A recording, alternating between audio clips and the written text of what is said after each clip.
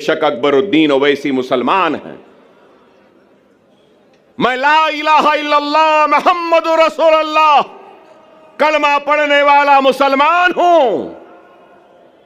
मुझे नाज है मुसलमान होने पर, तो मुझे फख्र है हिंदुस्तानी होने पर। मैं फख्र से कहता हूं कि मैं हिंदुस्तानी हूं। हम हर एक के मसाइल उठाते, यहां पे बैठे हमारे दलित समाज के लोग हैं, दूसरे समाज के लोग हैं, बैकवर्ड क्लासेस के हैं, मुसलमान भी हैं, हर कोई है। मैं यही बात कहना चाहता हूं, हां मुसलमान की आवाज बनकर हम मुसलमान के मसाइल को उठाते हैं। मैं उठाता हूं, मुझे शर्मिंदगी नहीं है इस बात का इकरार करते हुए कि मुसलमान हूं, मुसलमानों की आवाज बनता हूं, मुसलमान की तकलीफ को बयान करता हूं, मुसलमान की हक तलफी पे लड़ता हूं, मुसलमान की हक की लड़ाई लड़ता हूं और नाइंसाफी पर आवाज को बुलंद करता हूं। इसलिए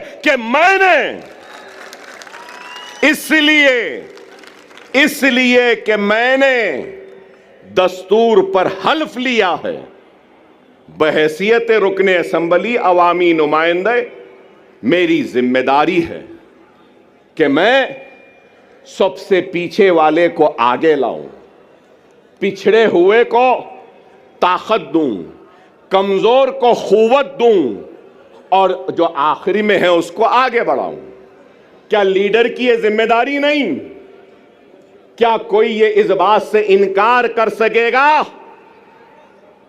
कि हिंदुस्तान की सबसे बड़ी अक़लियत मुसलमान रोजी रोटी, कपड़ा, मकान, तालीम, खुशहाली में सबसे पीछे है?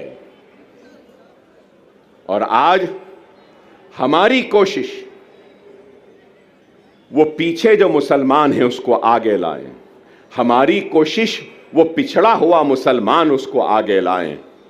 अल्लाह उसके रसूल की कसम, जब मुसलमान आगे आ जाएगा तो अगर पीछे ब्राह्मण रहेगा तो उस ब्राह्मण को भी आगे लाने का काम हम करेंगे, क्योंकि हमने दस्तूर पे हलफ लिया है पिछड़ों को, कमजोरों को आगे बढ़ाना हमारी जिम्मेदारी है। यह हमारी सोच है। लेकिन हमारी सोच को मीडिया हाउसेस, अभी इम्तियाज जलील साहब ने मुझसे कहा कि इनके साथ साथ वो आपके दोस्त आए हैं, तो ये हमारे दोस्त हमको बताते हैं कि हम कम्युनल हैं, हमको बताते हैं कि हम भड़काऊ भाषण देते हैं। भड़काऊ नहीं देते, हम हक बयान करते हैं। वो अलग बात है कि हमारी हक बयानी का जवाब इनके पास नहीं होता तो उसको भड़काऊ बना देते हैं।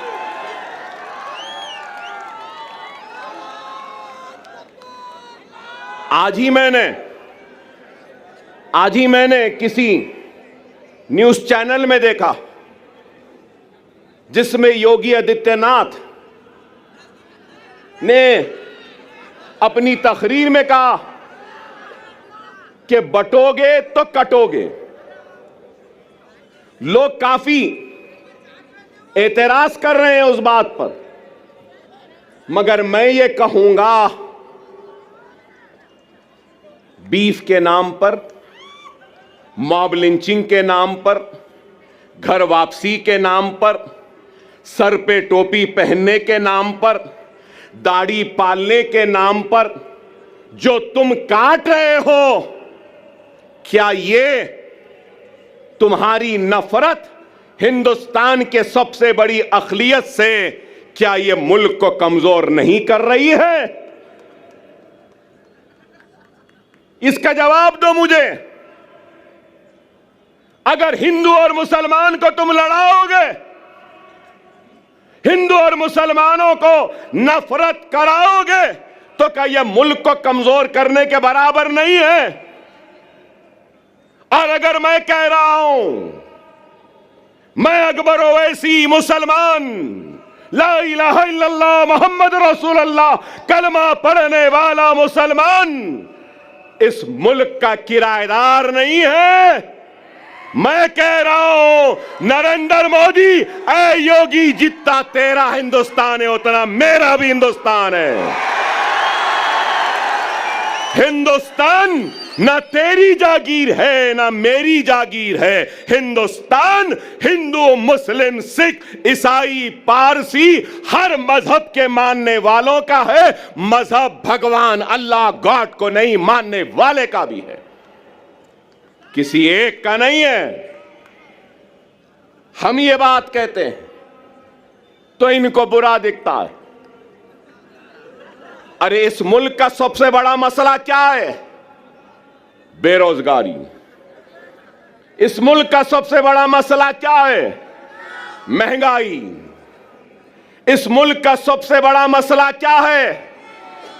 हर 2 मिनट 3 मिनट को रेप होते हैं।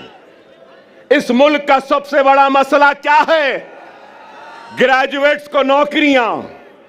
इस मुल्क का सबसे बड़ा मसला क्या है? मुल्क की कमजोर इकोनॉमी को मजबूत करना। इस मुल्क का सबसे बड़ा मसला क्या है? पेट्रोल, डीजल, गैस की बढ़ती हुई कीमतों को नीचे लाना। इस मुल्क का सबसे बड़ा मसला क्या है? रुपये की गिरती हुई कदर को ऊंचा करना। आप बताओ, क्या बेरोजगारी को दूर करने कुछ हो रहा है? महंगाई को दूर करने कुछ हो रहा है? क्या बेघर लोगों को घर देने के लिए कुछ हो रहा है? कुछ नहीं हो रहा है। सिर्फ इस मुल्क को मजहब के नाम पर बांटने की बात कर रहे हैं। योगी की तकरीर को मैंने सुना, बटोगे तो कटोगे कहां? उसके बाद कहा कि जात पात की सियासत। अरे जात पात की सियासत बोलने वाले, तू ये क्यों नहीं कहता कि मजहब की सियासत नहीं करनी चाहिए? ये बात क्यों नहीं कहते? ये तो मजहब की सियासत करेंगे, नफरत के बीज को बोते जाएंगे, असल मसाइल से तवज्जो हटाते रहेंगे। अगर कुछ है तो तलाक सलासा। अरे तलाक सलासा मसला नहीं है।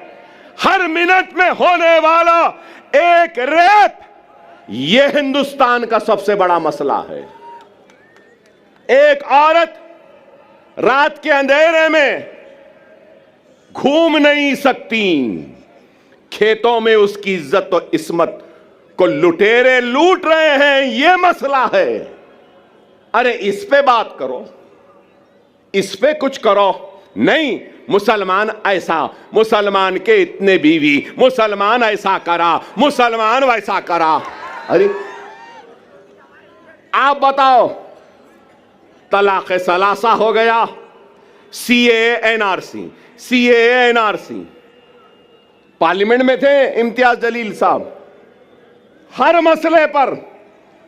अरे आप बताओ, आज मैं यहां खड़े होकर कह रहा हूं, जिम्मेदारी के साथ कह रहा हूं, मजलिस इत्तेहाद अल मुस्लिमीन के एक जिम्मेदार लीडर की हैसियत से कह रहा हूं और ये ऐलान कर रहा हूं कि मराठा समाज के लिए जो रिजर्वेशन की तहरीक चला रहे हैं, उनके लीडर, मैं उनसे कहूंगा, हमारा पूरा साथ आपके साथ है, हमारा पूरा ताउन आपके साथ है।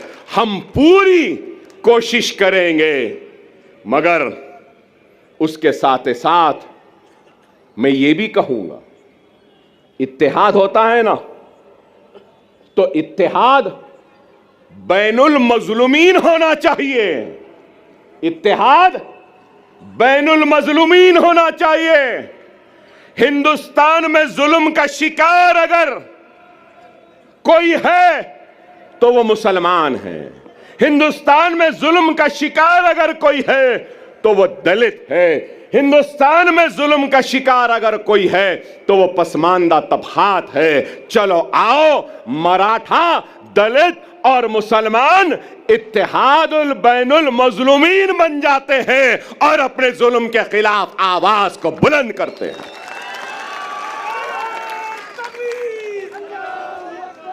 मगर मेरी बात खत्म नहीं हुई।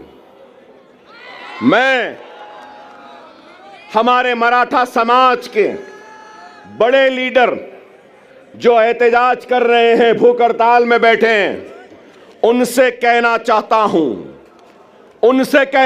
हूं, सिर्फ जरंगे पाटिल साहब से सिर्फ मराठा समाज पिछड़ा हुआ नहीं है,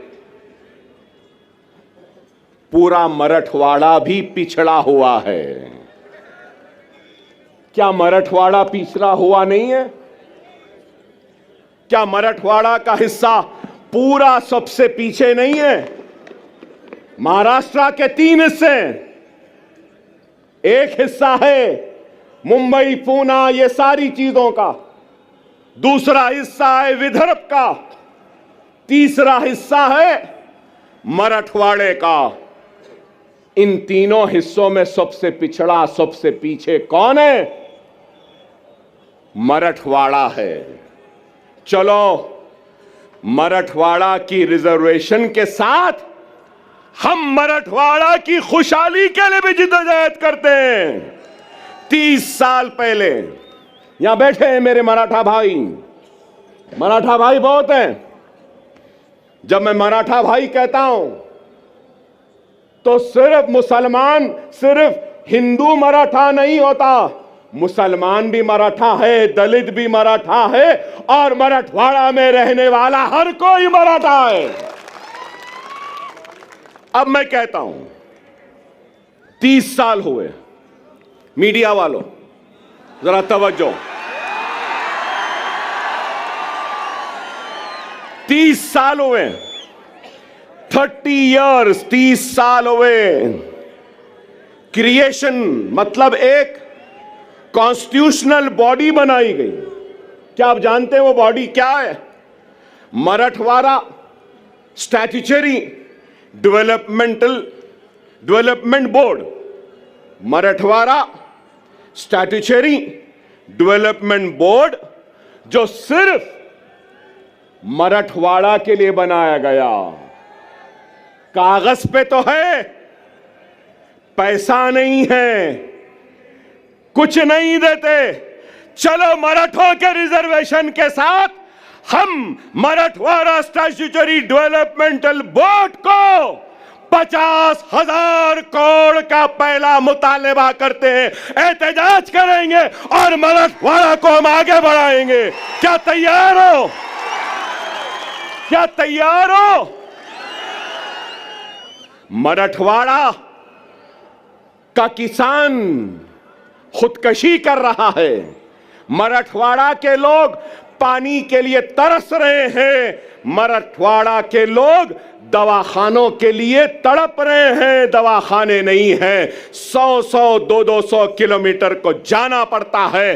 पूरे मराठवाड़ा में सुपर स्पेशलिटी के 1 या 2 दवाखाने।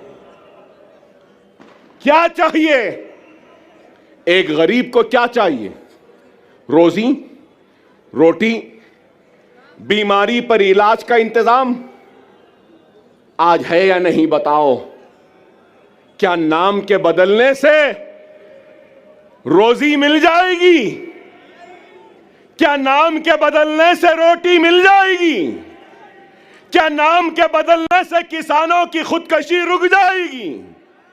क्या नाम के बदलने से पानी की प्यास मिट जाएगी? क्या नाम के बदलने से क्या बीमार को शिफा मिल जाएगी? क्या नाम के बदलने से कर्जदार किसान के कर्ज दूर हो जाएंगे? नाम में क्या रखा है? ऐ नाहेलो ना समझो, ऐ झूठो, ऐ बेमानो, काम करो काम। क्या यह गलत है? नीति आयोग की रिपोर्ट उठाकर देख लीजिए मीडिया वालों। काबिल है, मुझसे काबिल, मुझसे पढ़े लिखे, मुझसे समझदार, मुझसे दूरअंदेश, मुझसे ज्यादा सोच फिक्र करने वाले, और मैं तो खुला कह रहा हूं, मोदी और योगी का मैं तो दुश्मन हूं, शायद आप उनके दोस्त हैं।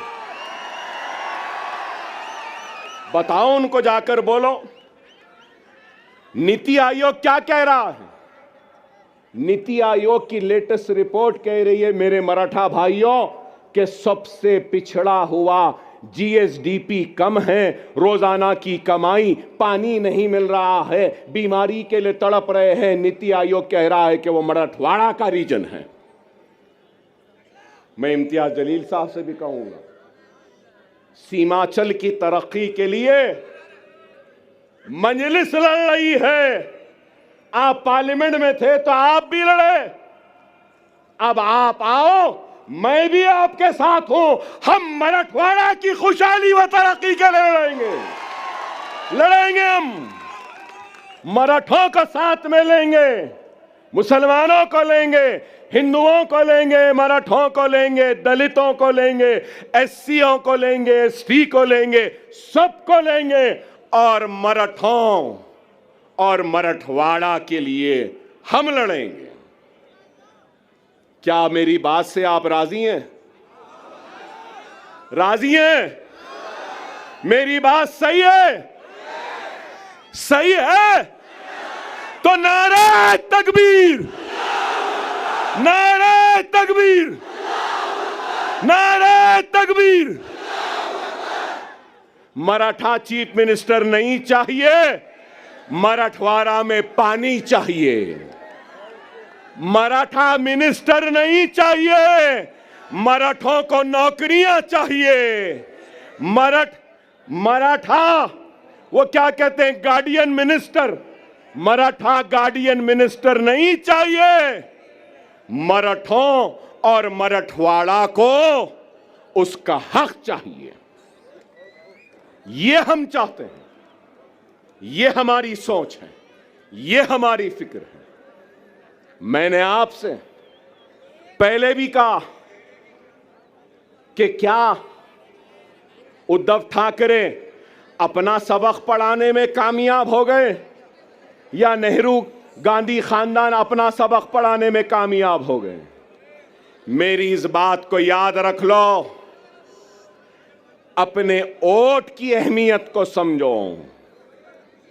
यहां मौजूद सारे लोगों से कहूंगा कि जमहूरियत के जश्न, ये इलेक्शन में तुम्हारी सबसे बड़ी अगर कोई ताकत है तो याद रखो, वो तुम्हारा वोट है।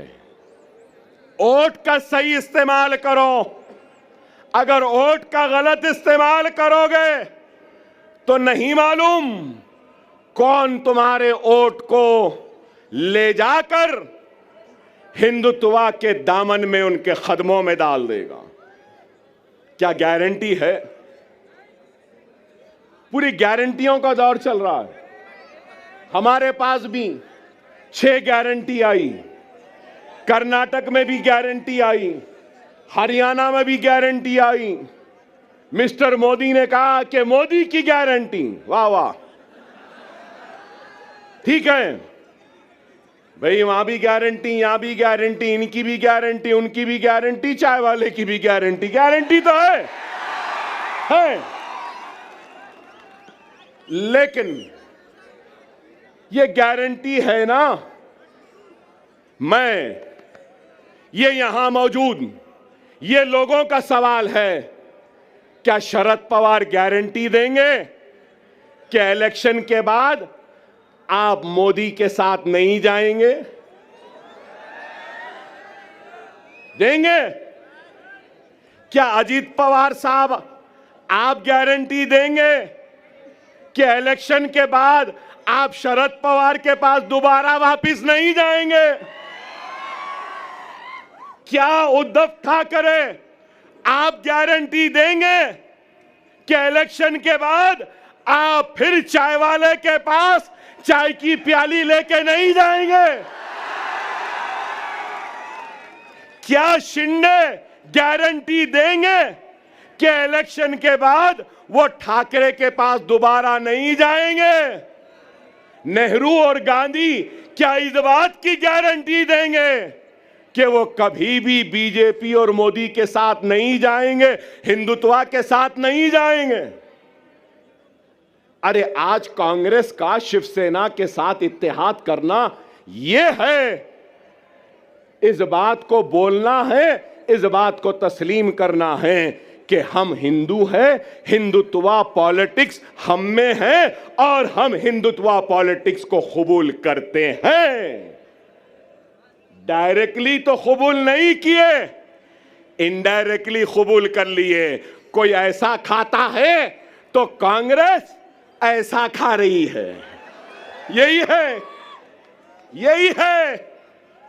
समझो मेरी इस बात को। सियासी इस शोर और गुल में तुम्हारी आवाज गुम गई है। हर किसी की आवाज है।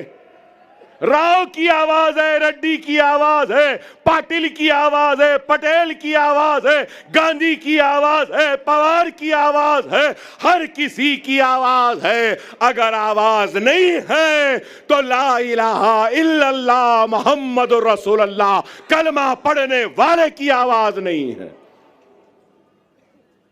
और मैं इस सियासी शोर गुल में नारे तकबीर अल्लाह अकबर की आवाज को फिजाओं में गुंजाने के लिए जोरदार नारा लगाने के लिए आया हूं। अपनी जात के लिए नहीं आया हूं। मैं तुम्हारी इज्जत के लिए आया हूं, तुम्हारे वक़ार के लिए आया हूं, तुम्हारे वजूद का एहसास दिलाने के लिए आया हूं कि हम जिंदा हैं, हम मुर्दा कौम नहीं है। तुम जिंदा कौम हो। अगर तुम जिंदा कौम हो तो उठो, उठो, एक मरकज़ सियासी पे जमा हो जाओ। उठो और एक हो जाओ। अगर तुम एक नहीं होंगे तो याद रख लो तुम्हारा वजूद खतरे में है। यही जोश, यही वलवला, यही उठना 20 तारीख के दिन है। उठोगे ना? उठोगे ना?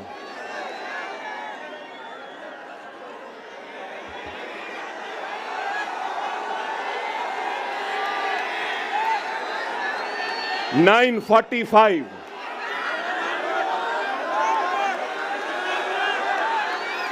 9:45 कैंपेनिंग का टाइम 10 बजे। अभी 15 मिनट बाकी है।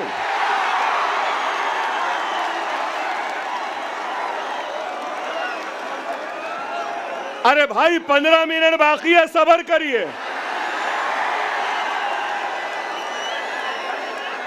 ना वो मेरा पीछा छोड़ती है, ना मैं उसका पीछा छोड़ सकता हूं। चल रही है मगर क्या गूंज है। नारे तकबीर, नारे तकबीर, नारे तकबीर। अल्हम्दुलिल्लाह, अल्हम्दुलिल्लाह। खुदारा मेरी बात को समझो। वक्त नाजुक है। हमारा सबसे अव्वलीन फरीजा क्या है? क्या है? महाराष्ट्र में बीजेपी और शिंदे सेना और अजीत पवार के हुकूमत को शिकस्त देना, हराना है।